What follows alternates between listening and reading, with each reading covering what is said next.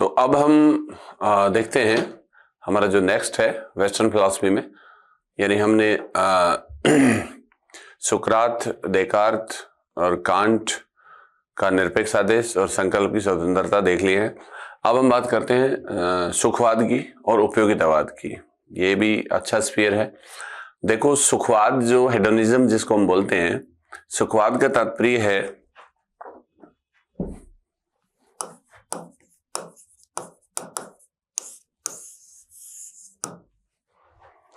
Hedonism या सुखवाद। देखो, जब से इंसान पैदा हुआ है वो जीवन में सबसे ज्यादा सुख चाहता है। कम से कम दुख मिले, ज्यादा से ज्यादा सुख मिले। उसके जो प्लेजर्स हैं या जिसको हेडोनिज्म बोलते हैं, वैसे एक्चुअली इसमें हेडोनिस्ट्स जो होते हैं वो सुखवादी होते हैं। तो सुखवाद नैतिकता का वह नियम है या नैतिकता की वह अवधारणा है जो ये मानती है कि किसी भी कार्य से मिलने वाला सुख जो होता है वही सबसे इंपॉर्टेंट चीज होती है।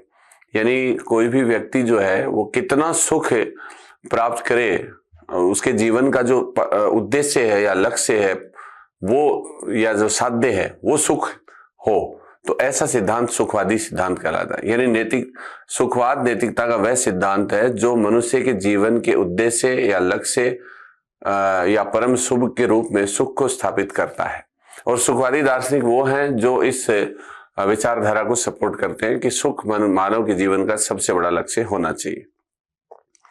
इंडियन कंटेक्स्ट में अगर हम देखते हैं तो चारवाक सुखवादी फिलोसफर हैं, और वेस्टर्न फिलॉसफी में देखते हैं तो अरिस्टिपीज जिसके फाउंडर हैं।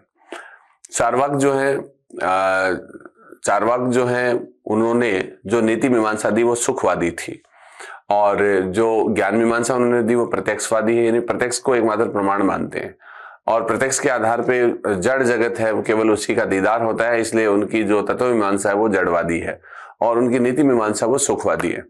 सुखवादी मतलब जनरली हमारी नीति मीमांसा है उसमें धर्म, अर्थ, काम, मोक्ष जैसे पुरुषार्थ हैं, सत्य, अहिंसा, स्थैर्य, परिग्रह, ब्रह्मचर्य जैसे हमारे जो है हाईएस्ट ऑब्जेक्टिव है हमारी सोसाइटी के।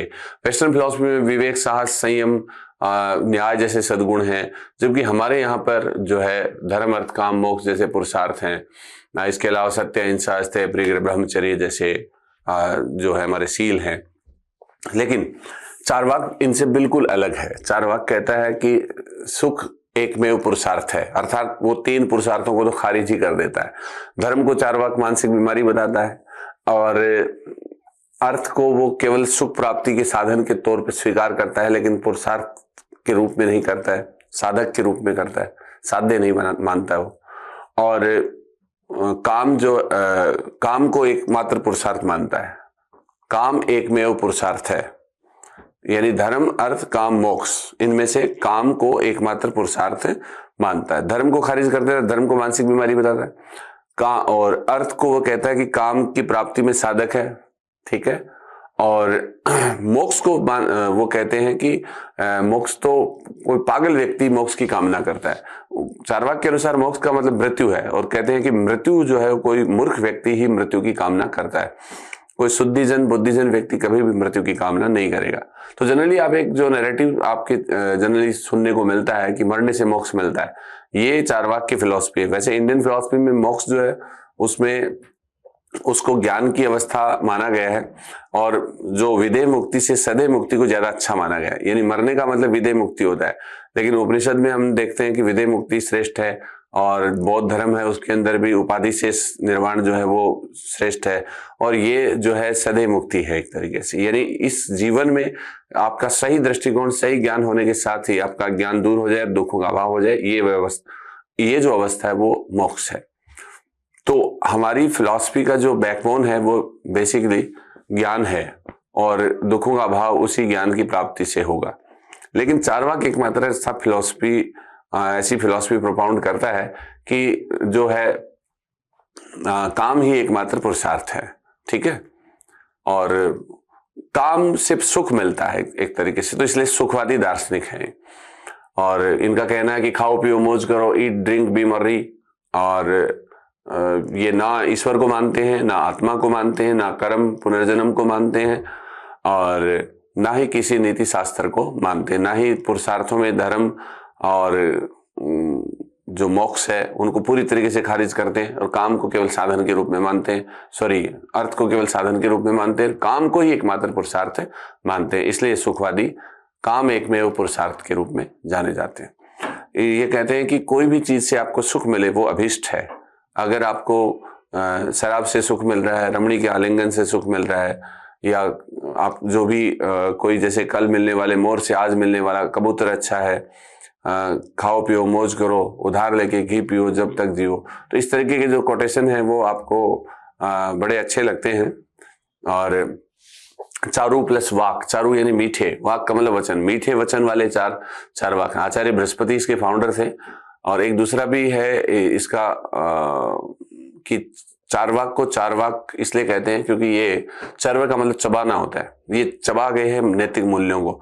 यानी इन्होंने ईश्वर, आत्मा, नैतिकता, कर्म, पुनर्जन्म और धर्म, मोक्ष, इन सब को खारिज कर दिया और किसी भी स्तर पर ये जो है इनमें बिलीव नहीं करते हैं, इसलिए इन्होंने नैतिकता को चबा लिया, इसलिए चारवाक कहा गया।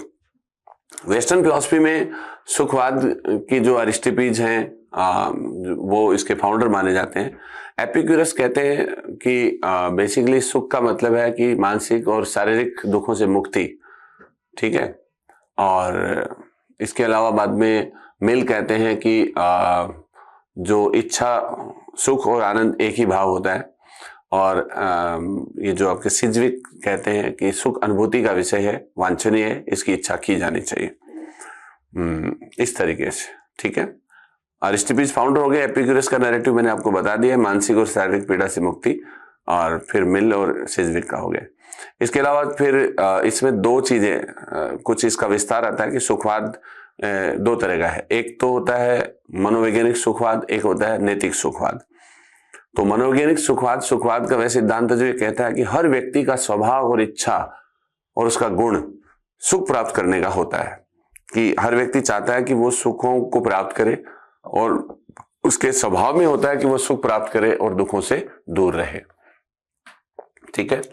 और जो दूसरा है वो नैतिक सुखवाद है। नैतिक सुखवाद एक आइडियल के रूप में सुखवाद की स्थापना करता है। यानी आपको कोई बताए कि आपको सुख प्राप्त करना चाहिए, क्योंकि सुख अच्छा होता है, सुख वांछनीय होता है, जिसकी प्राप्ति करनी चाहिए। सुख एक अच्छी चीज है और आपको प्राप्त करना चाहिए, ये वांछनीय है, ये डिजायरेबल है।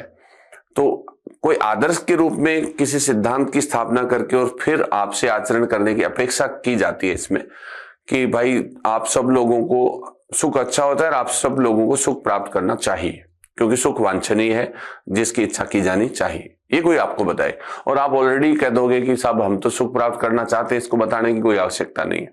तो देखा जाए तो मनोवैज्ञानिक सुखवाद जो है वो व्यक्ति के स्वभाव और गुण की प्रवृत्तियों को बताता है, कि हर व्यक्ति अपने स्वभाव से ही सुख प्राप्त करना चाहता है, तो है की व्याख्या करता है और उसमें बताया जाता है कि हर व्यक्ति को सुख प्राप्त करना चाहिए नैतिक सुखवाद में। तो जो मनोवैज्ञानिक सुखवाद है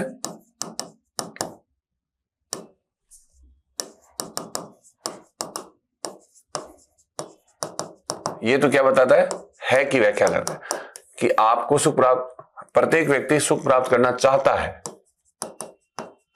है। और नैतिक सुखवाद क्या है? आदर्श के रूप में, यानी कोई दूसरा आदमी आपको बताए कि आपको सुख प्राप्त करना चाहिए और ये आप प्राप्त करना चाहते हैं, तो है और चाहिए अलग अलग चीज है, ठीक है। तो ये तो क्या है? ये तो आइडियल है, ये तो आदर्श है, और ये आपके स्वभाव, आपके गुण और आपकी जो प्रवृत्ति है उसको बताता है। एक सुखवाद में एक और होता है स्वार्थमूलक सुखवाद।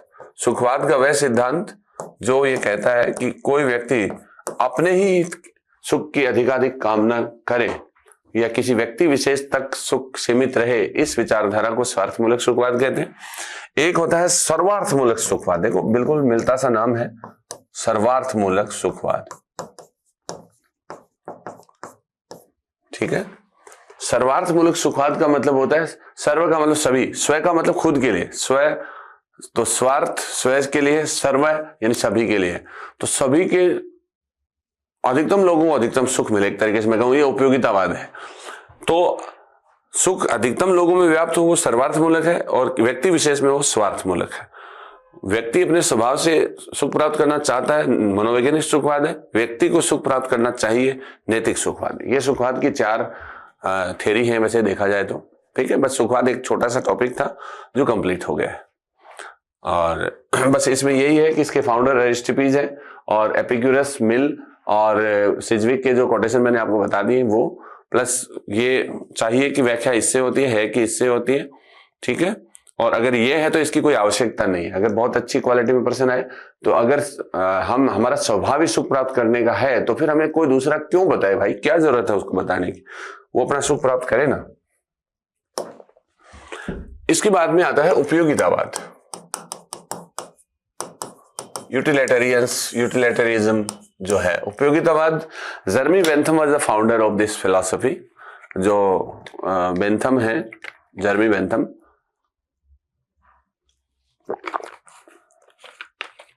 और जेएस मिल, सिज्विक, ये उपयोगितावाद के जो हैं दार्शनिक कहलाते हैं।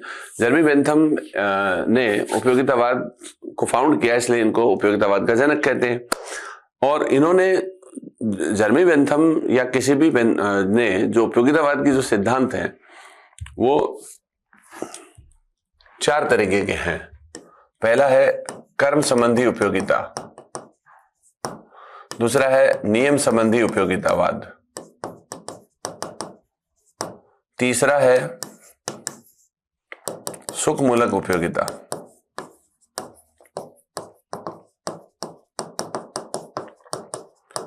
उपयोगितावाद सब में लिख लेंगे, सुख मूलक उपयोगितावाद, और चौथा है आदर्श मूलक उपयोगितावाद। ये भी हमें पूछ सकते हैं। हाँ, लिखने में मैं थोड़ा कंजूस हूं इस समय क्योंकि हम रिवीजन कर रहे हैं। कर्म संबंधी उपयोगिता का मतलब होता है कि 2 कर्मों में से वह कर्म ज्यादा अच्छा है जिससे अधिक सुख मिले, ठीक है। नियम, और इसमें नियमों की उपेक्षा की जाती है, यानी कोई ऐसा सार्वभौमिक नियम होता है उसको साइड में करके कोई ऐसा काम करो जिससे से ज्यादा लोगों को सुख मिले, तो इसको कर्म संबंधी उपयोगिता कहते हैं। जिसमें कर्मों को महत्व है, उन कर्मों को महत्व दिया जाता है जो से ज्यादा लोगों को सुख उपलब्ध करवाएं। नियम संबंधी उपयोगिता में कर्मों की को साइड कर सकते हैं, यानी कई बार हो सकता है कि शुरुआत में किसी नियम को अपनाने से कम लोगों को सुख मिल रहा है, लेकिन उस कठोरता से नियम की पालना करनी है, और यहाँ पे कर्म की उपेक्षा की जाती है। तो इसमें नियम को महत्व दिया जाता है, कर्म को महत्व दिया जाता है। सुख मूलक उपयोगिता वह कर्म शुभ या अच्छा है जिससे सुख मिले, ठीक है। यानी यहाँ वो जिससे सुख मिल रहा है वो ठीक है, नहीं मिल रहा वो गलत है। तो सुख को आधार बनाया गया, इसमें आदर्श के रूप में सुख है, आदर्श के रूप में सुख है। और यहां पे ये कहा गया है कि सुख के अलावा भी कुछ चीजें आदर्श के रूप में स्थापित की जा सकती हैं, और उसमें उन्होंने बताया कि जैसे हेनरी रेसडेल जो हैं, उन्होंने आदर्श मूलक को फाउंड किया था। हेनरी रेसडेल ने कहा कि जो ज्ञान है, जो सद्गुण है, बौद्धिकता, इंटेलेक्चुअलिटी है, इनको आदर्श के रूप में स्थापित किया जा सकता है। तो इस तरीके से आदर्श मूलक उपयोगितावाद जो सुख के बजाय ज्ञान और सद्गुण को महत्व देता है, सुख मूलक उपयोगितावाद सुख को महत्व देता है, मतलब मानव के जीवन का उद्देश्य सुख होना चाहिए, ये कह रहे हैं कि जीवन का उद्देश्य ज्ञान सद्गुण होना चाहिए। यहाँ नियमों की पालना की जा रही है, यहाँ कर्मों के नियम। तो कर्म संबंधी उपयोगितावाद, नियम संबंधी उपयोगितावाद, सुख मूलक उपयोगितावाद, आदर्श मूलक उपयोगितावाद, ये 4 तरह के हैं। अब हम इससे आगे देखते हैं। इसमें तो हम बेंथम की बात करेंगे, जर्मी बेंथम। तो देखो, Jeremy Bentham was the father of, पिता है, उपयोगितावाद के फादर हैं, और इन्हें मनोवैज्ञानिक सुखवाद, इनकी उपयोगितावाद की विशेषता,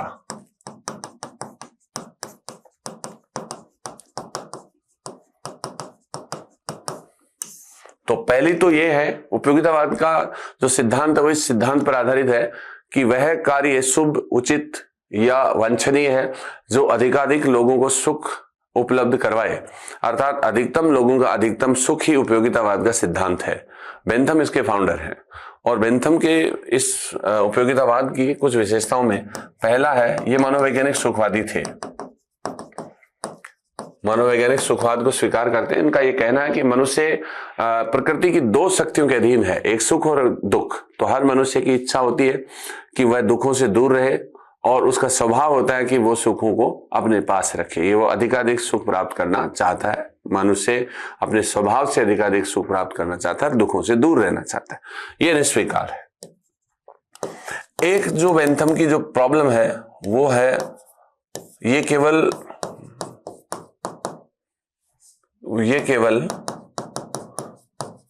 क्वांटिटी पे भरोसा करते हैं, मात्रात्मक या परिमाणात्मक, परिणाम नहीं, परिमाणात्मक, परिमाण, क्वांटिटी। यानी बेंथम कहते हैं कि सुख जो है वो मात्रा से डिसाइड होगा। अगर किसी सुख की ज्यादा मात्रा है तो ज्यादा अच्छा है, और किसी की मात्रा कम हो तो वो कम अच्छा है। यानी ज्यादा मात्रा वाला सुख ज्यादा अच्छा है और कम मात्रा वाला सुख कम अच्छा है। तो कोई भी काम जिससे आपको ज्यादा मात्रा में सुख मिल रहा है वो अच्छा है, कोई भी काम जिससे कम मात्रा में मिल रहा है वो अच्छा नहीं। यानी यहाँ पे इन्होंने केवल परिमाण या मात्रा को ही आधार बनाया सुख की शुभता या वांछनीयता का। यानी वह सुख शुभ या वांछनीय या अच्छा है जो ज्यादा मात्रा का है, और कम वाला कम शुभ है। तो अब यहां पे इन्होंने क्वालिटी की उपेक्षा कर दी। इन्होंने क्वालिटी को महत्व नहीं दिया, केवल क्वांटिटी को महत्व दिया है। यानी जैसे मिल जो है वो क्वांटिटी को कंसीडर करते हैं, ये नहीं करते हैं। तो इसके लिए फिर इन्होंने सुख का कैलकुलेशन करने की कोशिश की, और उसके लिए इन्होंने एक सिद्धांत दिया जिसका नाम था सुख कलन। सुख कलन में 7 तत्व इन्होंने बताए कि ये परिमाण या मात्रा कैसे मापे हम। तो इसमें इन्होंने कई दिए, जैसे 7 में जैसे अवधि दिया कि ज्यादा ड्यूरेशन, ज्यादा अवधि वाला ज्यादा मात्रा का है। फिर तीव्रता, इसमें कहा कि जो ज्यादा तीव्र सुख है वो कम तीव्र से ज्यादा अच्छा है।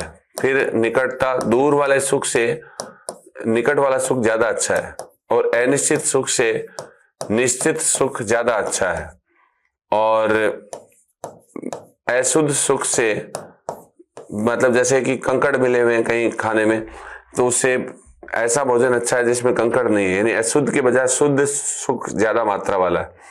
और फिर उत्पादकता, ऐसा सुख जो बार बार सुख दे वो ज्यादा अच्छा है। कोई ऐसा काम, आम के आम गुठलियों के दाम, ठीक है। और इसके बाद में इनका एक बहुत ही अच्छा सिद्धांत इसमें था, वो था व्यापकता। अरे भाई, जिसकी अवधि ज्यादा होगी वो ज्यादा अच्छा है, कम वाला कम। जिसकी तीव्रता ज्यादा होगी वो ज्यादा, जिसकी निकट, जो दूर कोई सुख परसों मिलेगा उससे आज मिलने वाला ठीक है, जो अनिश्चित सुख है उससे निश्चित वाला ठीक है, और जो अशुद्ध के या अशुद्धियों के साथ में कोई सुख मिला उससे शुद्ध सुख है वो ज्यादा अच्छा है। और जैसे कि आप कंकड़ वाली दाल खाएं, दाल फ्राई, उससे बढ़िया मिर्च रोटी खाएं। उत्पादकता का मतलब प्रोडक्टिविटी होती है, जो आम के आम गुठलियों के दाम, और उसमें कंटिन्यूस प्रोसेस में आपको बार बार सुख मिलता रहे।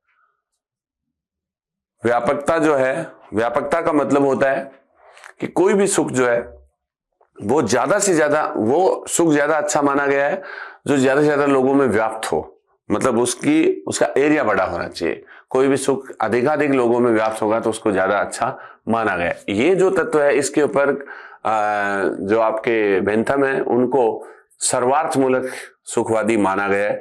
यानी यहाँ पे स्वार्थ मूलक सुखवाद से ऊपर उठकर सर्वार्थ या परार्थ सुखवादी, परार्थ मूलक सुखवादी भी बोल सकते हैं। परार्थ का मतलब दूसरों के लिए, सर्वार्थ का मतलब भी दूसरा होता है, स्वार्थ का मतलब खुद के लिए होता है।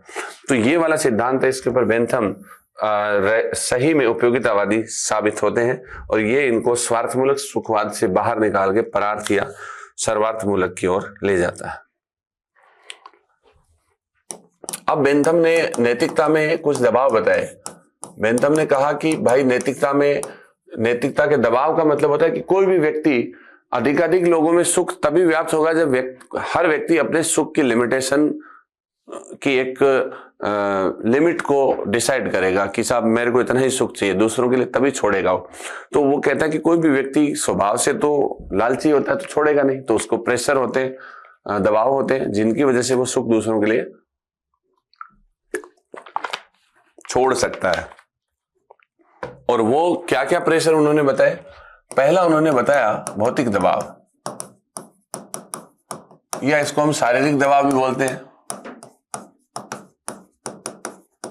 ठीक है ना। भौतिक या शारीरिक दबाव में क्या होता है, आप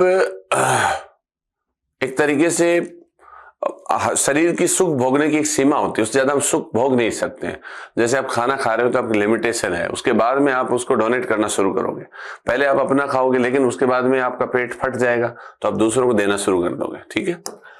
दूसरा है सामाजिक दबाव, यानी आप सुख भोगना चाहते हो अपने गांव में डीजे चलाकर, लेकिन समाज आपको क्रिटिसाइज करेगा कि देखो इन लोगों के रिश्तेदार और बड़े बुजुर्गों का कोई ख्याल नहीं है, ये लोग बिगड़ चुके हैं, तो सामाजिक दबाव आ जाएगा। तो आप अपना सुख छोड़ दोगे, दूसरे लोग सो पाएंगे तो सुख उनको भी मिलेगा।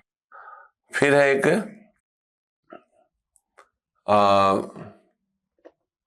कानूनी दबाव। इसको कानूनी दबाव या राजनीतिक दबाव भी बोल सकते हैं। और इसमें क्या होता है कि जो राज्य है वो ऐसे कानून बनाता है जिसकी वजह से राजनीतिक दबाव या कानूनी दबाव है, आप अपने सुख की सीमा को सेटल करेंगे। 10 बजे के बाद में डीजे नहीं बजना चाहिए, 8 बजे के बाद में मधुशाला ही नहीं खुलनी चाहिए। तो जो सुख प्राप्त करने वाले लोग हैं उनकी सीमाओं के ऊपर सरकार के नियमों ने कैंची चला दी है। और एक आपका आता है इसमें रिलीजियस प्रेशर, धार्मिक दबाव होता है। ये ईश्वर का डर होता है कि कोई भी व्यक्ति सुख प्राप्त कर रहा है किसी को गाली गलौज निकाल के या डांस डीजे के आधार पे, तो पास में कोई बुजुर्ग व्यक्ति परेशान हो रहा है, बीमार परेशान हो रहा है, तो वो आके बोलता है कि तुम हमें नहीं सोने दे रहे हो, ईश्वर तुम्हें देख लेगा। तो वो ईश्वर के दबाव में फिर अपना सुख छोड़ के दूसरों के लिए छोड़ देगा, ठीक है। तो इस तरह से ये इसके 4 दबाव हैं। आपको सीधे प्रश्न पूछे जाते हैं। सुख कलन के 7 सिद्धांत हैं, वो आपको पूछा जाता है। कलन का मतलब कैलकुलेशन होता है, और ये परिमाणात्मक सुखवादी है, मनोवैज्ञानिक सुखवादी है। ये 4 नैतिकता के दबाव मानते हैं और 7 सुख कलन के सिद्धांत मानते हैं, लेकिन इन्होंने गुणात्मकता की उपेक्षा कर दी थी। ये हॉब्स के स्वार्थवाद से ठीक है, लेकिन महात्मा गांधी के सर्वोदय और मिल के उपयोगितावाद से कमजोर है, सिज्विक से भी कमजोर है। एक कांट ने बेंथम ने एक रूल दिया था, न्याय का सिद्धांत। ये बड़ा अच्छा था। वो बेंथम का एक न्याय का सिद्धांत भी है। न्याय के सिद्धांत वेस्टर्न फिलॉसफी में कई हैं। प्लेटो की न्याय का सिद्धांत तो ये कहता है कि बौद्धिक और सामाजिक स्तर पे न्याय एक सद्गुण है, यानी हर व्यक्ति में विवेक, साहस और संयम रूपी 3 जो हैं वो सद्गुण होते हैं, और उनमें जब समन्वय होता है तो बौद्धिक या आत्मिक रूप से न्याय की स्थापना होती है। और अगर समाज में राजा विवेकी हो और योद्धा जो है वो साहसी हो और पृथक जन जो है वो संयमी हो, तो समाज में न्याय की स्थापना होती है।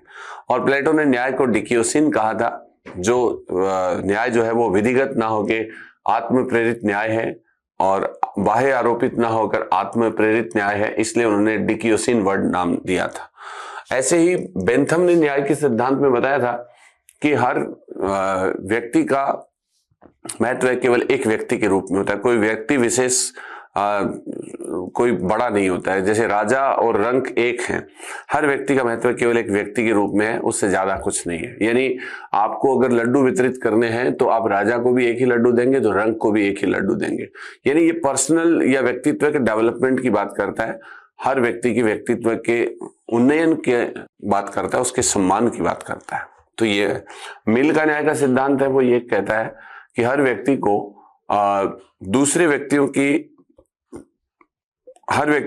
व्यक्तियों का सम्मान करना चाहिए, क्योंकि वह व्यक्ति अपना भी सम्मान दूसरों से चाहता है, इसलिए व्यक्ति को दूसरे व्यक्तित्व का सम्मान भी करना चाहिए। और वो तभी हो पाएगा जब आप अगर दूसरों से अपेक्षा करते हो, आप दूसरों के साथ वह व्यवहार ना करो जो आप अपने लिए दूसरों से अपेक्षित नहीं करते हो। तो कितने अच्छे न्याय के सिद्धांत बताए गए हैं। अब हम बात करते हैं जेएस मिल। जेएस मिल जो है बेंथम की क्लास में आगे के व्यक्ति हैं, और यहां पे जेएस मिल मनोवैज्ञानिक सुखवादी हैं, और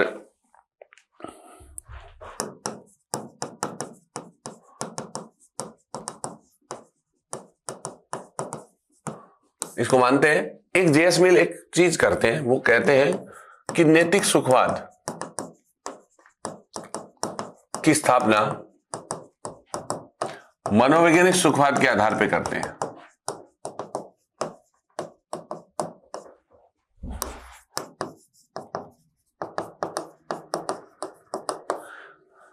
मनोवैज्ञानिक सुखवाद ये कहता है कि हर व्यक्ति स्वभाव से या गुण से सुख प्राप्त करना चाहता है, ठीक है। और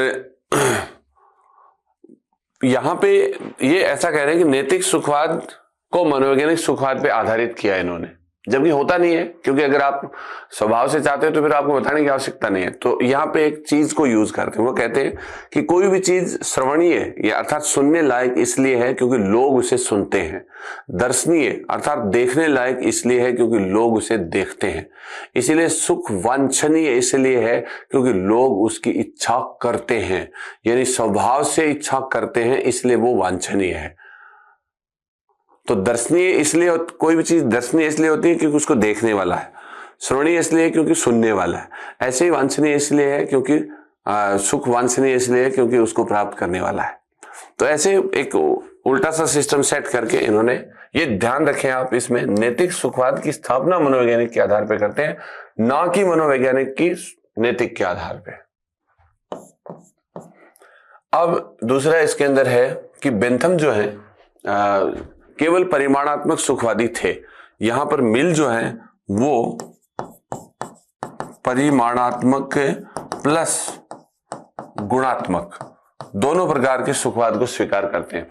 मिल कहते हैं कि परिमाणात्मक के साथ साथ गुणात्मकता को भी महत्व दिया जाना चाहिए, और इस तरीके से ये परिष्कृत सुखवादी हैं, जबकि बेंथम स्थूल सुखवादी हैं, निकृष्ट सुखवादी हैं, क्योंकि वो केवल क्वांटिटी को महत्व देते हैं, क्वालिटी को नहीं देते। ये क्वालिटी को कंसीडर कर रहे हैं, इसलिए परिष्कृत सुखवादी हैं। इनका सुखवाद उनसे ज्यादा एडवांस क्लास का है, ठीक है। दूसरा, इन्होंने बौद्धिक सुख जो है उसको शारीरिक सुख से ज्यादा अच्छा माना है।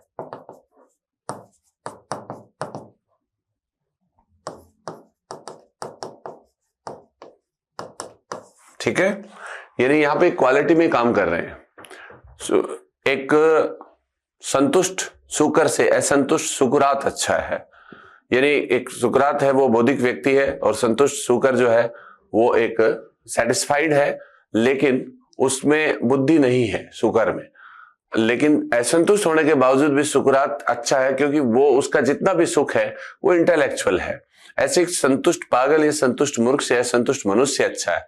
मतलब जो संतुष्ट मूर्ख होता है उसकी तो बुद्धि लब्धि होती नहीं है, इसलिए उसको सुख मिलेगा वो शारीरिक स्तर से मिलेगा। सुकर को जो मिल रहा है वो भी शारीरिक है, लेकिन असंतुष्ट को मिल रहा है वो सुकरात हो और चाहे मनुष्य हो, दोनों ही क्या है, बौद्धिक है। इसलिए शारीरिक सुख से बौद्धिक सुख ज्यादा अच्छा है, ये इन्होंने बताया था।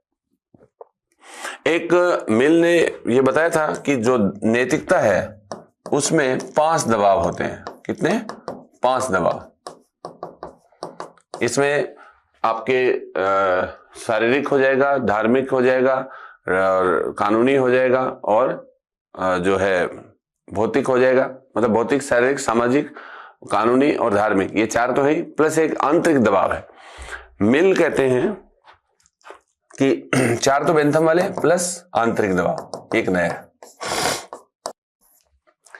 मिल कहते हैं कि हर व्यक्ति का अंतर्मन या इंटरनल एस्पेक्ट इस तरीके के होता है कि वो दूसरों के दुख से दुखी होता है और दूसरों के सुख से सुखी होता है। दूसरों को दुखी देखकर उसको भी दुख होता है, और दूसरों के सुख से वो भी सुखी होता है। इसलिए वो अपने आंतरिक मन से ये चाहता है कि दूसरे लोगों को सुख मिले, ताकि उनके सुख को देखकर वो सुखी हो। लालच उसी का है, लेकिन फिर भी वो एक इंटरनल प्रेशर होता है कि वो अपना बैड माइंडसेट नहीं रखना चाहता, इसलिए वो दूसरे लोगों के, भाई जैसे कोई मान लो एक्सीडेंट हो गया या कोई ऐसे मिसहैपन हो गया, चारों कोई बुरा हो गया, तो आपका मन खिन्न हो जाता है। तो हर व्यक्ति का आंतरिक दबाव ये होता है कि चारों ठीक ठाक हो। सामान्य अर्थ में तो ये लागू नहीं होगी। हाँ, सामान्य व्यक्ति तो ये चाहते हैं कि हाँ, कि भाई सब लोगों की वाट लग जाए, आप उनको छोड़ के क्या। ठीक है। तो इस तरीके से अच्छा, मिली ये भी कहते हैं कि आंतरिक दबाव के वशीभूत व्यक्ति शुभ अशुभ उचित और अनुचित के बीच में निर्णय करने में भी सक्षम होता है। तो अब हम इन दोनों की कंपैरिजन करें तो मनोवैज्ञानिक सुखवादी हैं दोनों, ठीक है, कोई बात नहीं। ये नैतिक सुखवाद की स्थापना मनोवैज्ञानिक के आधार पर करते हैं, जबकि बेंथम नहीं करते। और बेंथम 4 ही दबाव मानते हैं, ये 5 दबाव मानते हैं। बेंथम केवल परिमाण को मानते हैं और ये गुणात्मकता को भी मानते हैं। और ये कहते हैं कि परिमाणात्मक और गुणात्मक में से बेस्ट कौन सा है, इसका जजमेंट वह व्यक्ति करेगा जो इन दोनों प्रकार के सुखों को भोगने का अभ्यस्त है और वह एक कुशल न्यायाधीश के रूप में अपना काम करेगा। इसका सिद्धांत बेंथम से अच्छा है, हॉब्स से अच्छा है, लेकिन सिजविक से अच्छा नहीं है। सिजविक जो थे वो इनसे नेक्स्ट जनरेशन के हैं, जो एक तरीके से बौद्धिक सुखवादी हैं, जो बौद्धिक सुखवादी हैं। और इन्होंने मेथड्स ऑफ एथिक्स के नाम से बुक लिखी थी। और उन्होंने कहा था कि बेसिकली सुख जो है वो अनुभूति का विषय है। और सुख का एक विरोधाभास भी उन्होंने सिद्धांत दिया था कि जितना सुख के पीछे भागोगे उतना ही हमें दुख मिलेगा। सुख को प्राप्त करने के लिए सुख को भूलना आवश्यक है। उन्होंने एक बात और भी कही थी कि सुख कोई वस्तु नहीं है, बल्कि हम बेसिकली सुख की कामना नहीं करते बल्कि वस्तु की कामना करते हैं। जैसे हमें भूख लगती है तो हम रोटी की कामना करते हैं और फिर हमें उससे सुख मिलता है। तो बेसिकली हम सुख हमारा जीवन का लक्ष्य नहीं है, और इसलिए इन्हें बौद्धिक सुखवादी कहते हैं और बौद्धिकता को ज्यादा महत्व देते हैं वो।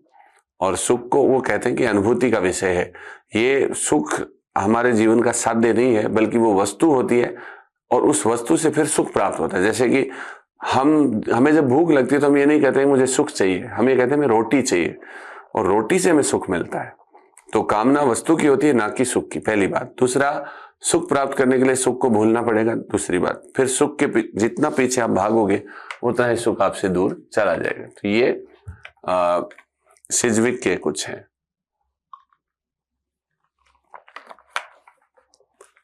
तो इस तरीके से आपका जो है सिजविक कंप्लीट हो गया है,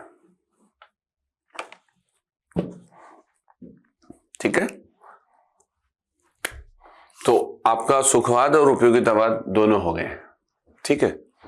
अब मैं इसमें आपको एक गीता का भी बता देता हूं, और लगभग आपका ये वेस्टर्न फिलॉसफी का पार्ट है वो कंप्लीट सा हो गया, क्योंकि गीता थोड़ा सा रिलेवेंट करती है कांट के साथ में।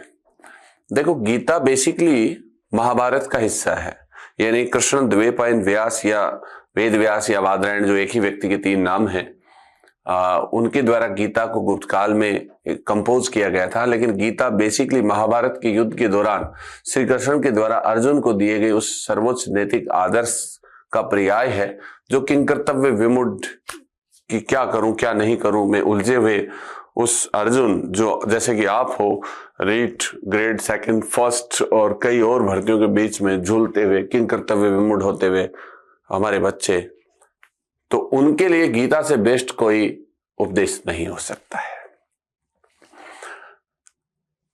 जीता वही है जो पढ़ता गीता है और जीता गीता है। मतलब गीता निष्काम कर्म योग का सर्वोच्च आदर्श वाली है, जो मोक्ष तुल्य स्थिति का उपदेश देती है। वो किंकर्तव्य विमूढ़ या फंसे हुए व्यक्ति के लिए एक दिशा निर्देश देती है कि आपको क्या करना है। गीता महाभारत के भीष्म पर्व में अध्याय नंबर 25 से 42 तक कुल 18 अध्यायों में है। और विवेकानंद ने कहा था कि वेदांत दर्शन का व्यवहारिक जो स्वरूप है वो गीता है। मतलब वेदांत दर्शन का श्रेष्ठ ग्रंथ है ये एक तरीके से गीता। और गीता के ऊपर काफी टीकाएं भी लिखी गई, आदि गुरु शंकराचार्य ने लिखी सबसे पहले। उसके बाद में आपके जो हमारे बाल गंगाधर तिलक साहब हैं, उन्होंने गीता रहस्य लिखा। गीता महिमा, गीता माता, गीता बोध के नाम से महात्मा गांधी ने लिखी, ठीक है ना। और बाकी विनोबा भावे हैं, एनी बेसेंट हैं, कई लोग जुड़े हुए हैं इनसे। तो इन सभी के द्वारा इवन गीता के कुछ आदर्शों को दयानंद सरस्वती के द्वारा फॉलो किया गया। तो गीता जो है, फिर विल्किंस जो थे उन्होंने अंग्रेजी में इसका अनुवाद किया, फेजी ने जो है फारसी में इसका अनुवाद किया। तो गीता एक बड़ा कंसेप्ट है।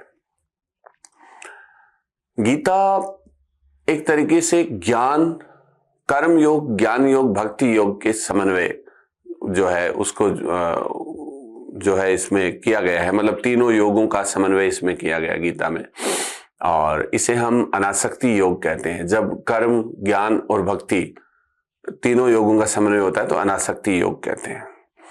गीता का जो सबसे बड़ा आदर्श है वो है निष्काम कर्म योग, और यही मोक्ष की स्थिति मानी गई है कि जो इसकी पालना करेगा वही व्यक्ति मोक्ष तुल्य है। निष्काम का मतलब होता है परिणाम निरपेक्ष, परिणाम निरपेक्ष, और योग का मतलब होता है जुड़ना, किससे? कर्तव्य से।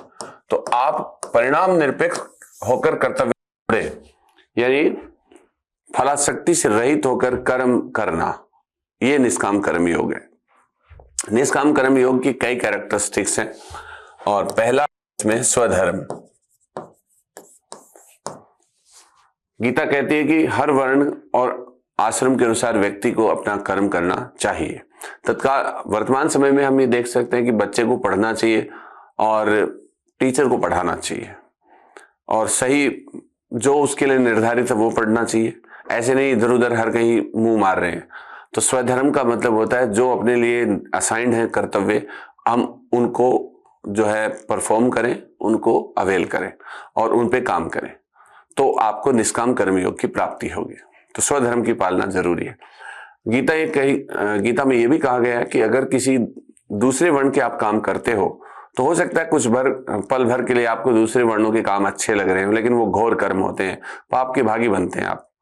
इसीलिए जब अर्जुन अपने गुरु और अपने भाइयों को देख के जब किंकरत्व विमूढ़ हो गया था, तब श्री कृष्ण ने यही कहा था कि पापनाश हेतु युद्ध जो है वो हिंसा नहीं अहिंसा है, और तुम्हारा कर्तव्य लड़ना है, और इन्होंने ये योग्यता तय की है लड़ाई की, तो तुम्हें ये काम करना है। अगर तुम फिलहाल इससे विमुख हो रहे हो तो तुम पाप के भागी बनोगे।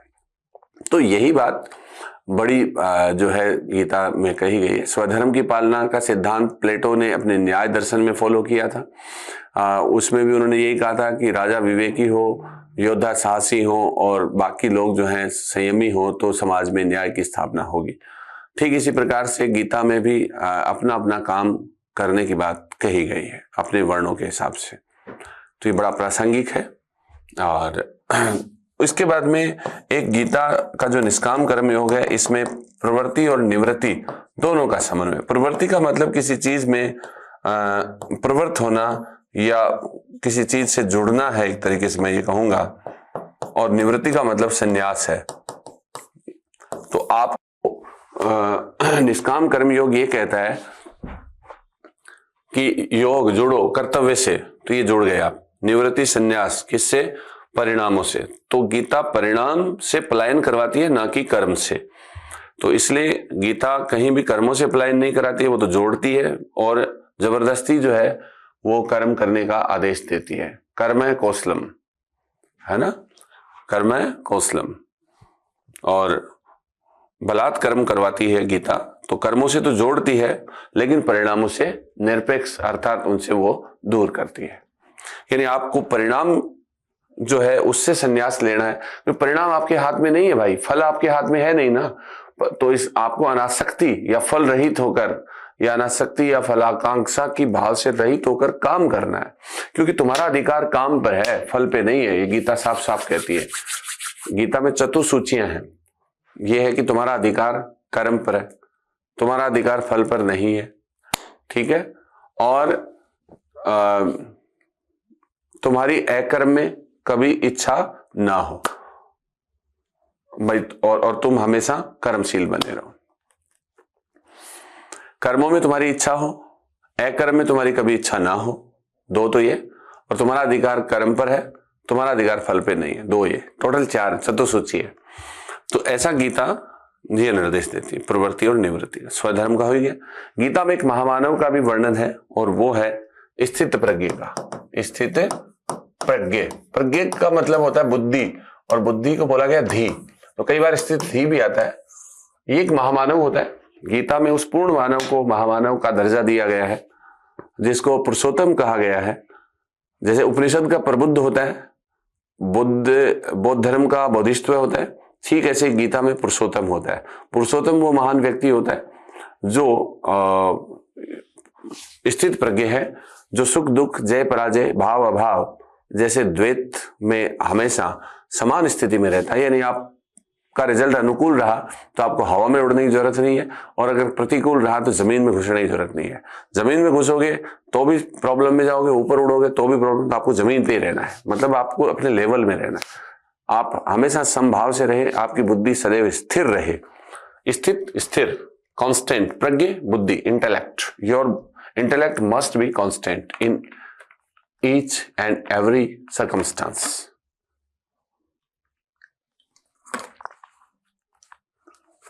ठीक है, तो इस तरीके से एक ये इसमें कंसेप्ट। गीता में एक और कंसेप्ट है और वो है आपद धर्म। आपद धर्म का मतलब होता है विपत्ति काल में अगर किसी वर्ण को अपने कर्तव्यों से विमुख होना पड़े और बहुत ही ऐसी कंडीशन हो कि वो उसका काम ही नहीं चल रहा है, तो वह विपरीत परिस्थितियों में दूसरे एक वर्ण के कर्तव्यों को अपना सकता है। इसे आपद धर्म कहा गया है। जैसे गुप्त काल में आपने देखा होगा कि चारुदत्त ब्राह्मण होकर भी व्यापारी का काम करता था, तो वो वाली बात इसमें भी यहाँ पे मेंशन की गई, क्योंकि गीता उसी काल की समकालीन ग्रंथ है।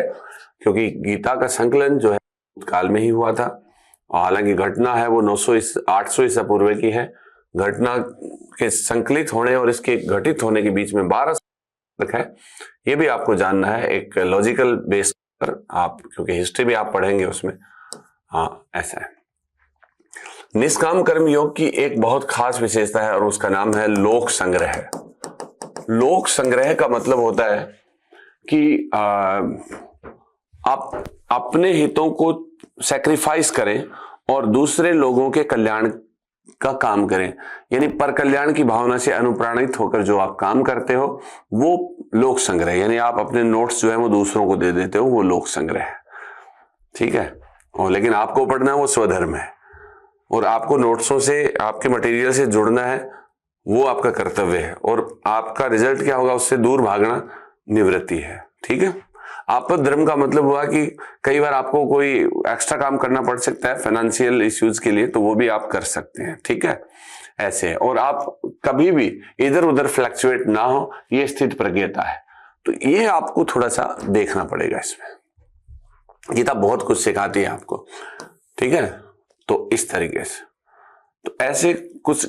अच्छा, गीता में कुछ एक समत्व योग का उल्लेख भी है। समत्व योग का मतलब होता है कि परिणाम निरपेक्ष होकर या निष्काम भाव से सफलता से परे अपने कर्तव्य को परफॉर्म करना समत्व योग है। यानी हर स्थिति में आप लेवल में रहेंगे। एक अनासक्ति योग है। अनासक्ति योग का मतलब होता है कर्म योग, ज्ञान योग, भक्ति योग और ज्ञान योग तीनों में समन्वय करना है। एक बात ध्यान रखिए, कर्म योग पहले आएगा, फिर भक्ति योग आएगा।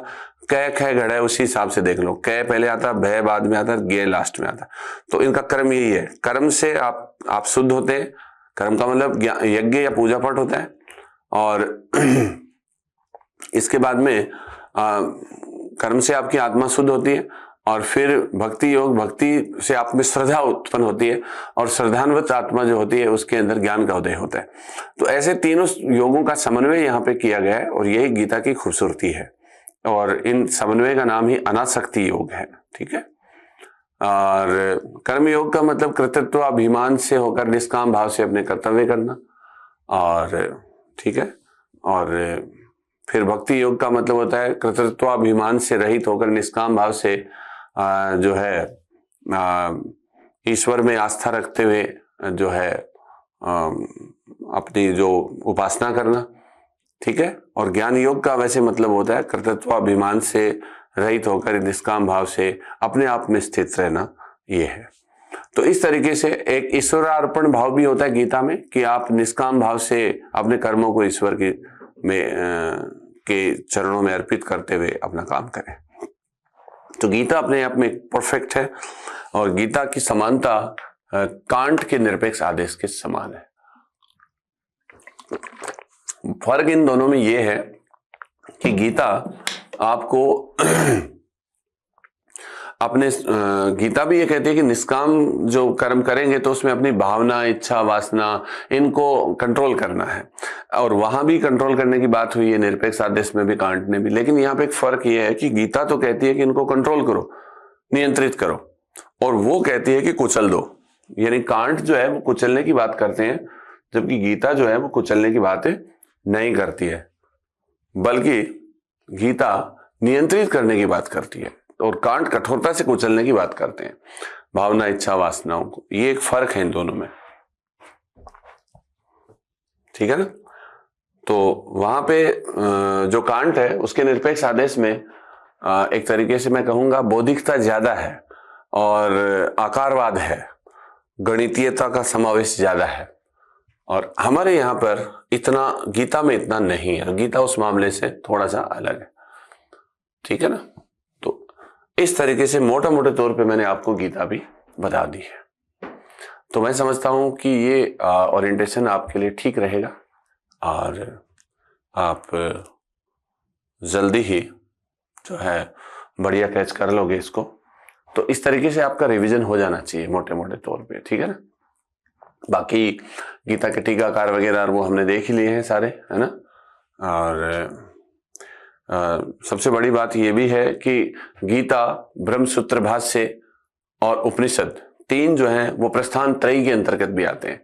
यानी तीनों में ब्रह्म की स्थापना की गई है। ब्रह्म की स्थापना को, ब्रह्म को स्थापित करने वाले तीन ग्रंथ हैं, इसलिए तीन है तो त्रयी है, और ब्रह्म है मतलब उसकी स्थापना की जा रही है। बेसिकली क्या है कि उपनिषद जो है, उपनिषदों में ब्रह्म एकम सत्य, ब्रह्म एकम सत्यम जगत मिथ्या जीवो ब्रह्मे नापरः कहा गया है। तो उपनिषदों में तो ब्रह्म को एकमात्र सत्ता कहा गया है जो त्रिकालाबाधित सत्ता है, ठीक है।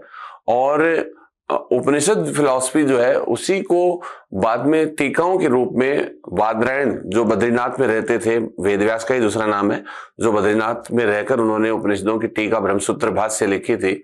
इसलिए चूंकि ब्रह्मसूत्र भाष्य का पूरा कंटेंट उपनिषदों का ही है, तो उपनिषद में अगर ब्रह्म सर्वोच्च है तो ब्रह्मसूत्र भाष्य में भी सर्वोच्च ब्रह्म ही है।